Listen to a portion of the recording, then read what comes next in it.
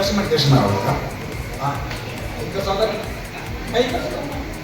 हाँ, नहीं ऐसा नहीं पूरे पूरे पूरे पूरे हाँ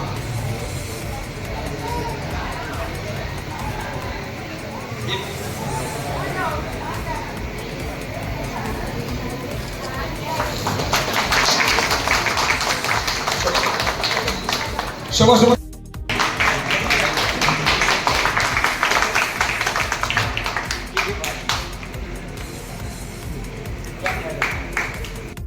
जो खड़ी समाज है मानव समाज जिसको मैं देख सकता हूँ अखिल भारतीय खड़ी समाज से बने कुछ लगा उधर है तो वो हमारी खुशी तो उनके लिए मैं आपसे अनुरोध करता हूँ कि हमारे पूर्व मुख्यमंत्री माननीय एकनाथ शिंदे जी, अभी के मुख्यमंत्री देवेंद्र फडणवीस जी, उसके बाद में हमारे चंद्रशेखर बावनकुळे, इनके लिए एक जोरदार तालियां अनिता पवार जिन्होंने हमें एक अवसर दिया, हमें साथ दिया।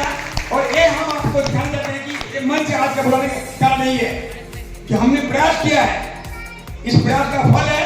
और इससे अगर हमें 1 करोड़ मिलता हमारे सुंदर समाज को लिए 1 वर्ष के लिए, तो अगर 1 लाख देता हूं तो 100 लाख होता है, तो 100 परिवार का मैं सोलकर समाज के माध्यम से मैं मदद कर सकता हूं, चाहे मेडिकल हो चाहे कोई भी कुछ जैसे भी हो।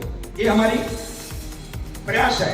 और दूसरी बात है, अब इसी प्रयास में हम जा रहा हूं माननीय वीरेंद्र कुमार खड़ी जी, जिनके बारे में जानकारी होगा, 9 बार सांसद हुए हैं, फोटो में स्पीकर रह चुके हैं राज्यसभा के सांसद के माध्यम से। उन्होंने मंत्री, सामाजिक न्याय मंत्री हैं। और वो मंत्री महोदय ने उनसे हमने रिक्वेस्ट किया है, हमें महाराष्ट्र शासन जात प्रमाण पत्र नहीं दे रही थी, वो 10/8/1950 का लेकर आओ, तो मैं बोला नहीं, हमें लड़ाई की तो वो अटी रखी हुई है 10/8/1950 का जो यहाँ है उनको जात प्रमाण मिल जाएगा। उसके बाद जो आया उसको नहीं मिलता था, लेकिन वीरेंद्र कुमार खड़ी की वजह से रमेश जी का स्वागत करते हैं, राजेश जी का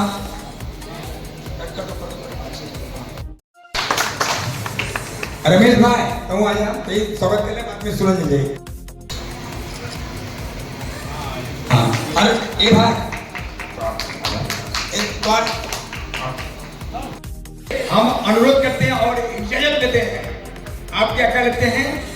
और हमारे मेहमानों का बारिश तो हो नहीं रही है, लेकिन भीगना नहीं है और आराम से करना है और सुनना है।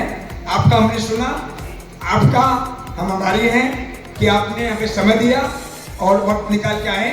आपका हम स्वागत करते हैं। बहुत बहुत धन्यवाद। मैं इसके बाद आप लोगों का क्षमा मांगते हुए, दंडवत प्रणाम करते हुए मैं अगले कार्यक्रम की ओर जा रहा हूँ, तो मुझे क्षमा करें।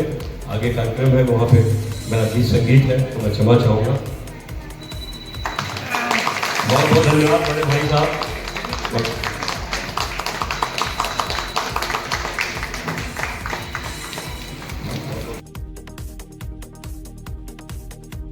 कल्याण सोनसा, जिसका मैं मुंबई का मतलब जो संस्था का मैं राष्ट्रीय सचिव रह चुका हूं और उसके अध्यक्ष माननीय स्वर्गीय हरिनाथ सोनकर थे, जो उनका स्वर्गवास हो गया। उसके बाद में वो संस्था का हमारे लिए बात बताएंगे, लेकिन सोनकर समाज विकास मंच में मुंबई 2004 में स्थापना किया। आज उसकी 21 वर्ष हो गई। 21 वर्ष के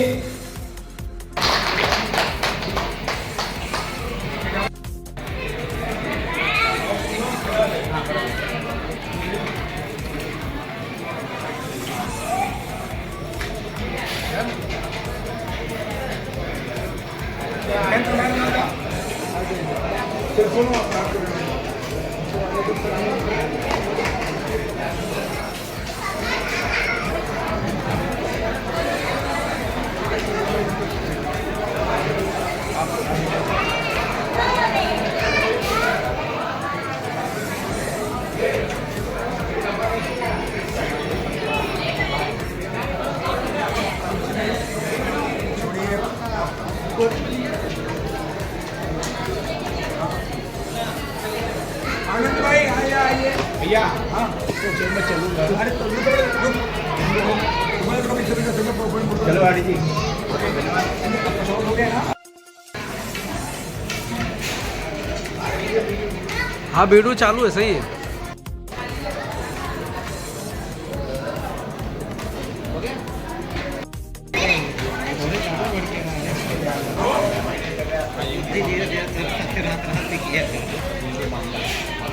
सोनकर खटीक समाज विकास मंच,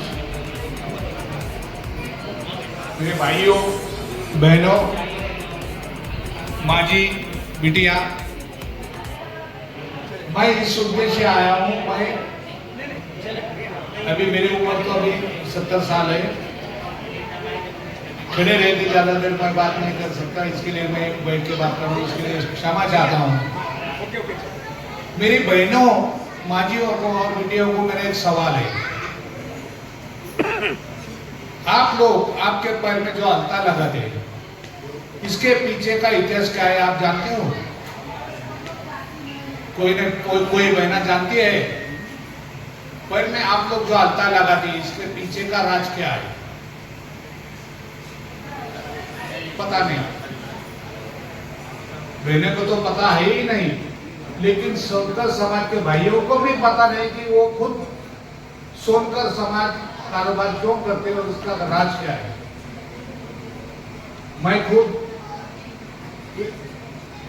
1992 से खटीक समाज में काम करता हूँ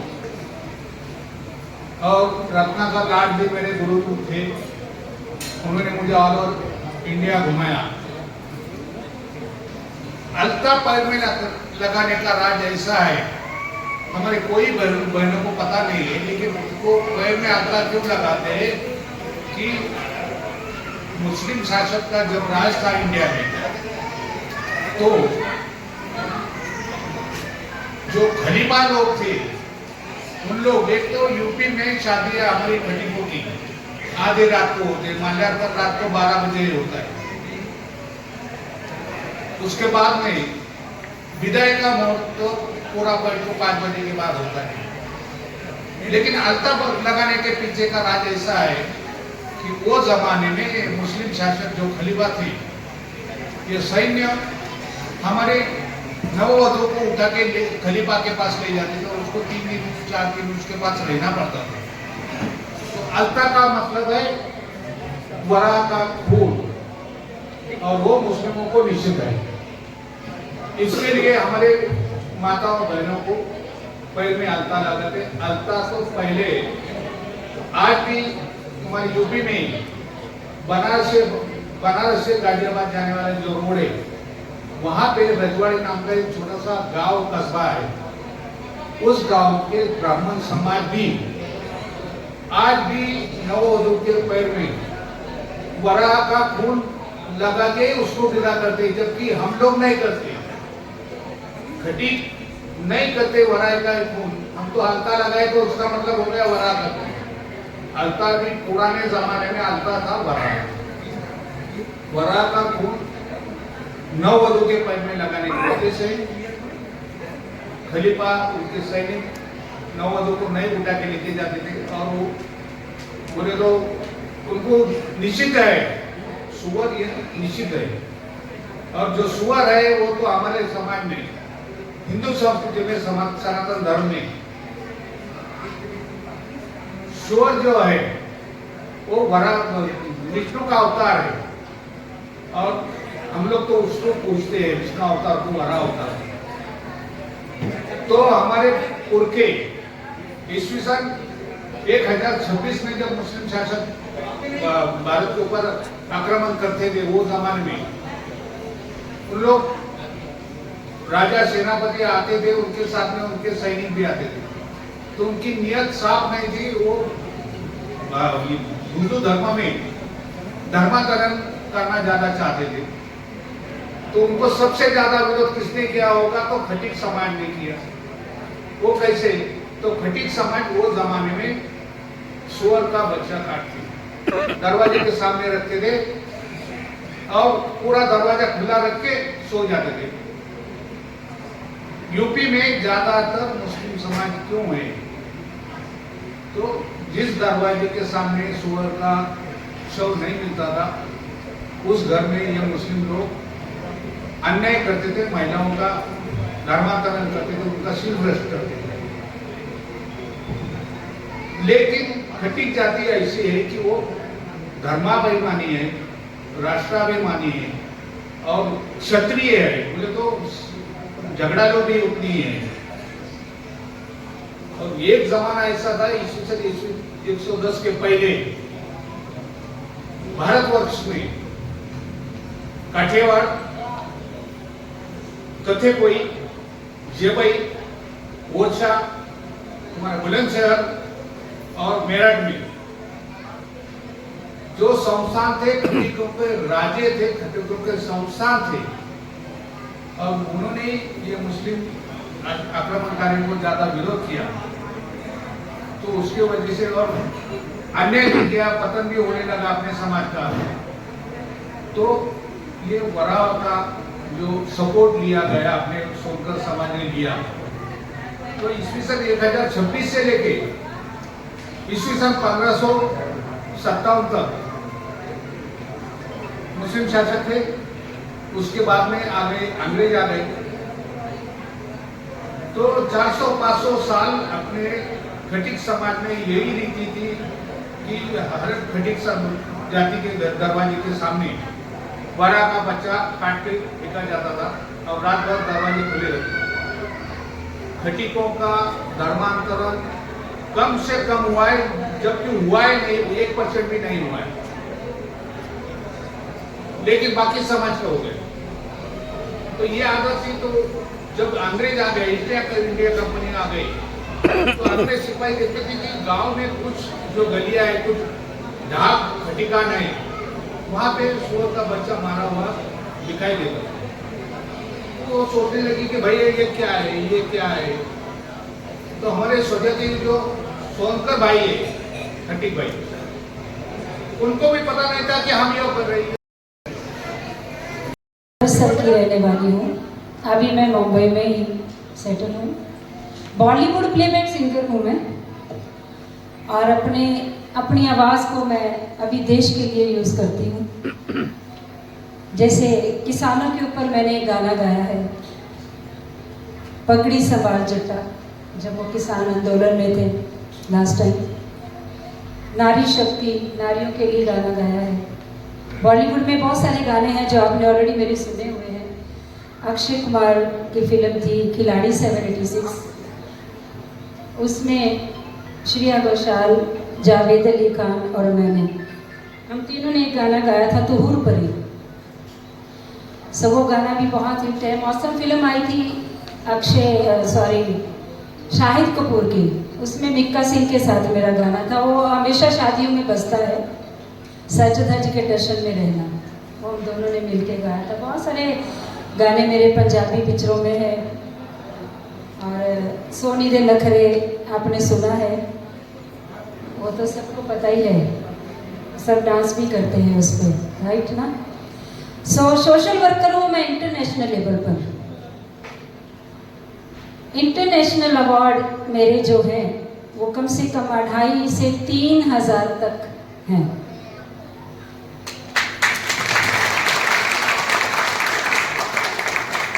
वर्ल्ड पार्लियामेंट अमेरिका की मैं ब्रांड एम्बेसडर हूँ, मेंबर हूँ। इंटरनेशनल ह्यूमन राइट कमीशन की गुडविल एम्बेसडर हूँ। महाराष्ट्र अपने डाक विभाग की मैं ब्यूरो मेंबर हूँ। और मेरी एक फाउंडेशन है शून्य से शिखर तक। हर इंसान पहले शून्य होता है, तो वो नाम ही मैंने ऐसा रखा क्योंकि मैं 8 साल की उम्र में इस लाइन में हूँ, सिंगिंग लाइन में। सुखविंदर सिंह मेरा कजन ब्रदर है, हम दोनों ने एक टाइम पे ही गाना शुरू किया, हमारे घर में ही था, विरासत में था ये, और हमें कहीं से सीखना नहीं पड़ा। आपने सुने उसके गाने, आप जानते हो, जिसमें शैया शैया गाया है, वो मेरा कजन ब्रदर है। तो हम दोनों बहन भाई बहुत छोटे थे तभी से गाना स्टार्ट किया और अभी तक गा ही रहे हैं। लेकिन अभी मैंने डिसाइड किया कि मैं अपने देश के लिए गाने गाऊंगी, तो भारत के संविधान को और नारी शक्ति को गाने वाली भारत की मैं पहली बेटी हूँ।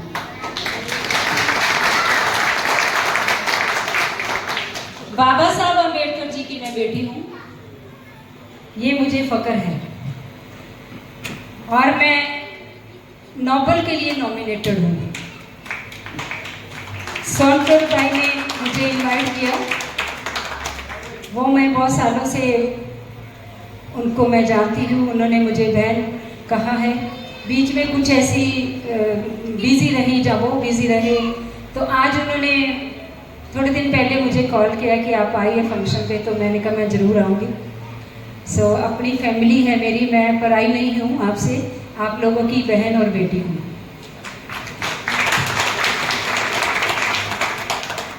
और अभी मैं अपनी फाउंडेशन का काम करती हूँ। बहुत सारे काम हैं जो एजुकेशन पे बच्चों के लिए ज़रूरी है अपने समाज में।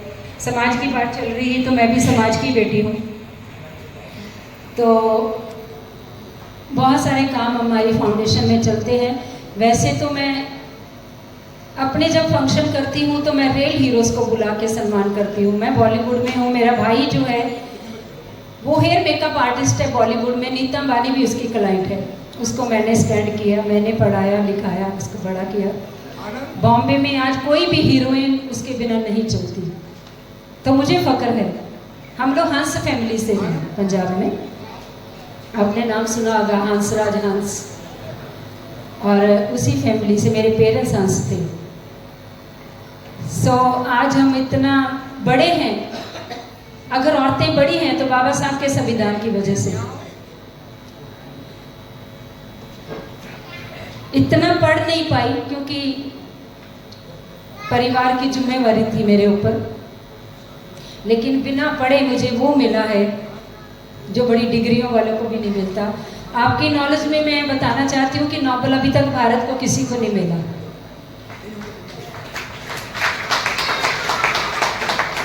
हिस्ट्री देखिए, क्योंकि टैगोर जी को मिला था, वो भी तभी हिंदुस्तान अपना बना नहीं था, अंग्रेज थे उस टाइम पे।